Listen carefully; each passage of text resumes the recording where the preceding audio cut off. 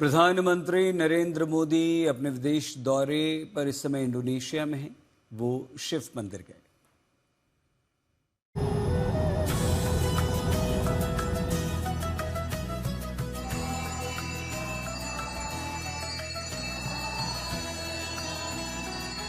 महामृत्युंजय जाप यहाँ हो रहा था।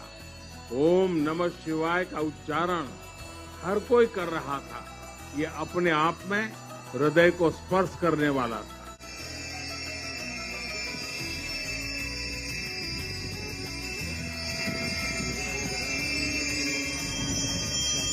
मंदिर में भगवान शिव, मां दुर्गा और गणेश जी की प्रतिमाएं हैं।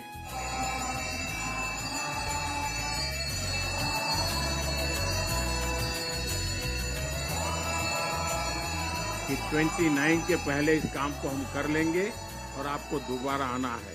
मैं आपको वादा करता हूं कि मैं इसके पुनर्निर्माण के बाद जरूर यहां आऊंगा और आपके साथ इस उत्सव को मनाऊंगा।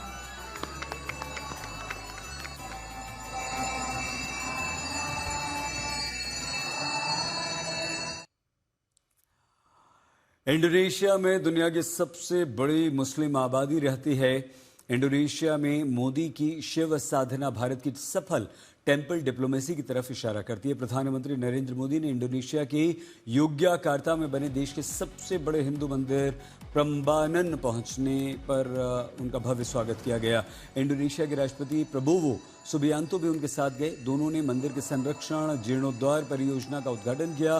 प्रधानमंत्री नरेंद्र मोदी ने मंदिर में दर्शन किए और वादा किया कि जब मंदिर का जीर्णोद्धार पूरा हो जाएगा तो मैं 2029 में फिर से जरूर आऊंगा। इस दौरान प्रधानमंत्री नरेंद्र मोदी ने कहा कि उन्हें एक बार शिव से जुड़ने का मौका मिला है।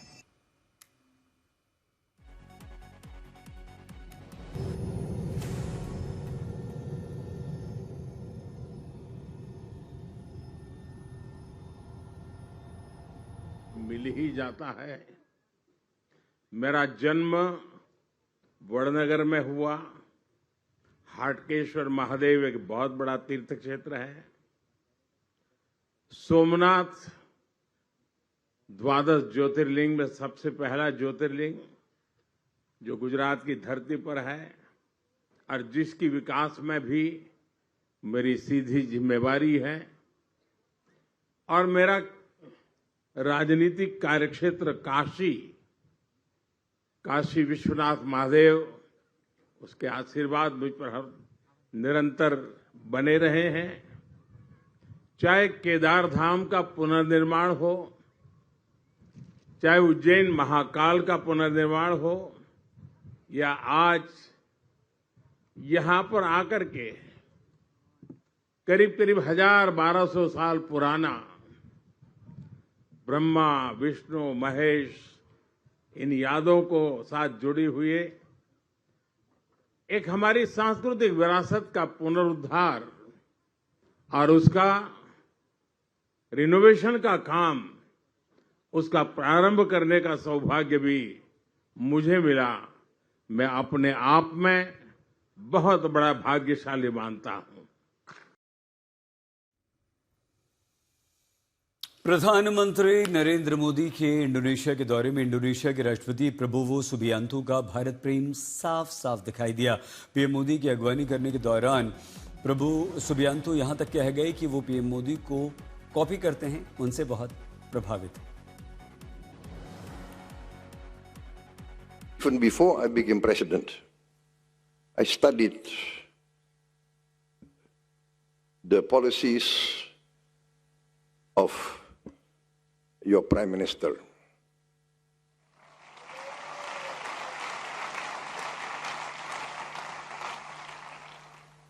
And because there are no copyright, I copied many of his policies.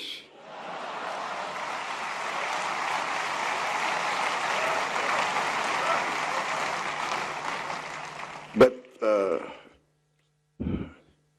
Prime Minister Modi graciously allowed me to copy his policies, so I cannot be sued in any court. Pranay हमारे साथी, हमारे संवाददाता लगातार हमारे साथी। प्रणय, अच्छा लगा। देखिए, हंसी मजाक कॉपी करना, पॉलिसीज को भी कॉपी करते हैं, बड़ी बात है, लेकिन टेम्पल डिप्लोमेसी और उसके द्वारा दुनिया के देशों और सबसे बड़ी मुस्लिम आबादी वाले देश के साथ इतने अच्छे संबंध स्थापित करते हुए पीएम मोदी दिखे, कैसे देखते हैं आप?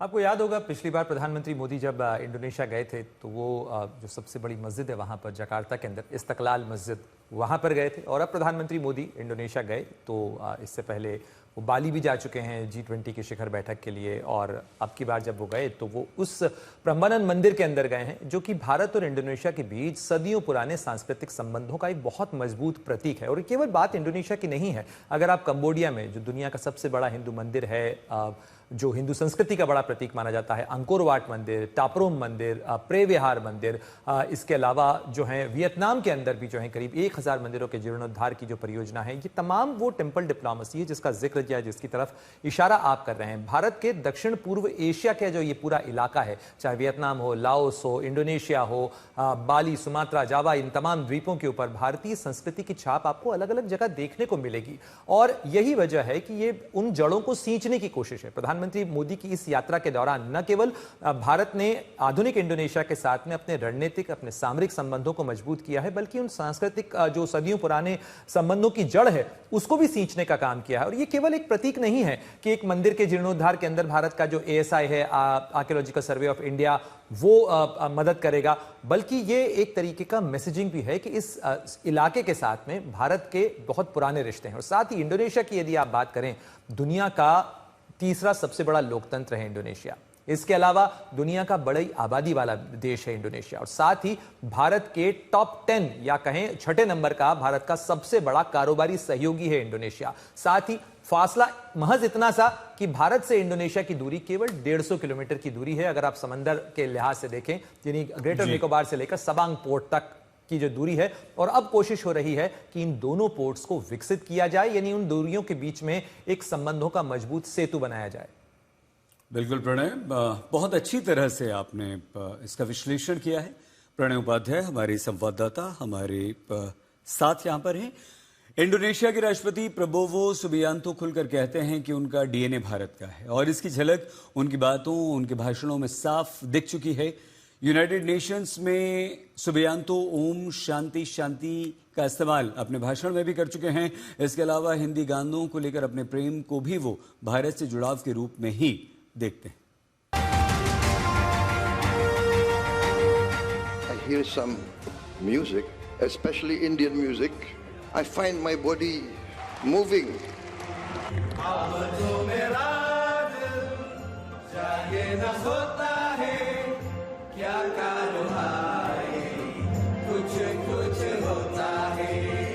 I tested my DNA and I found out I had Indian DNA.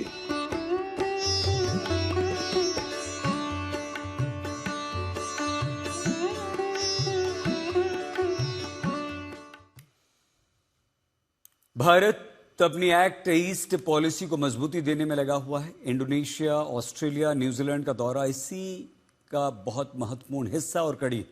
Indonesia के बाद प्रधानमंत्री नरेंद्र मोदी ऑस्ट्रेलिया के लिए रवाना हो चुके हैं। इसके बाद वो न्यूजीलैंड भी जाएंगे। प्रधानमंत्री नरेंद्र मोदी का ऑस्ट्रेलिया का दौरा भी काफ़ी महत्वपूर्ण है, और ऑस्ट्रेलिया में प्रधानमंत्री नरेंद्र मोदी जब वो जाएंगे तो इंडोनेशिया के बाद न्यूजीलैंड और ऑस्ट्रेलिया में दोनों जगह काफ़ी कई सारे समझौते होंगे।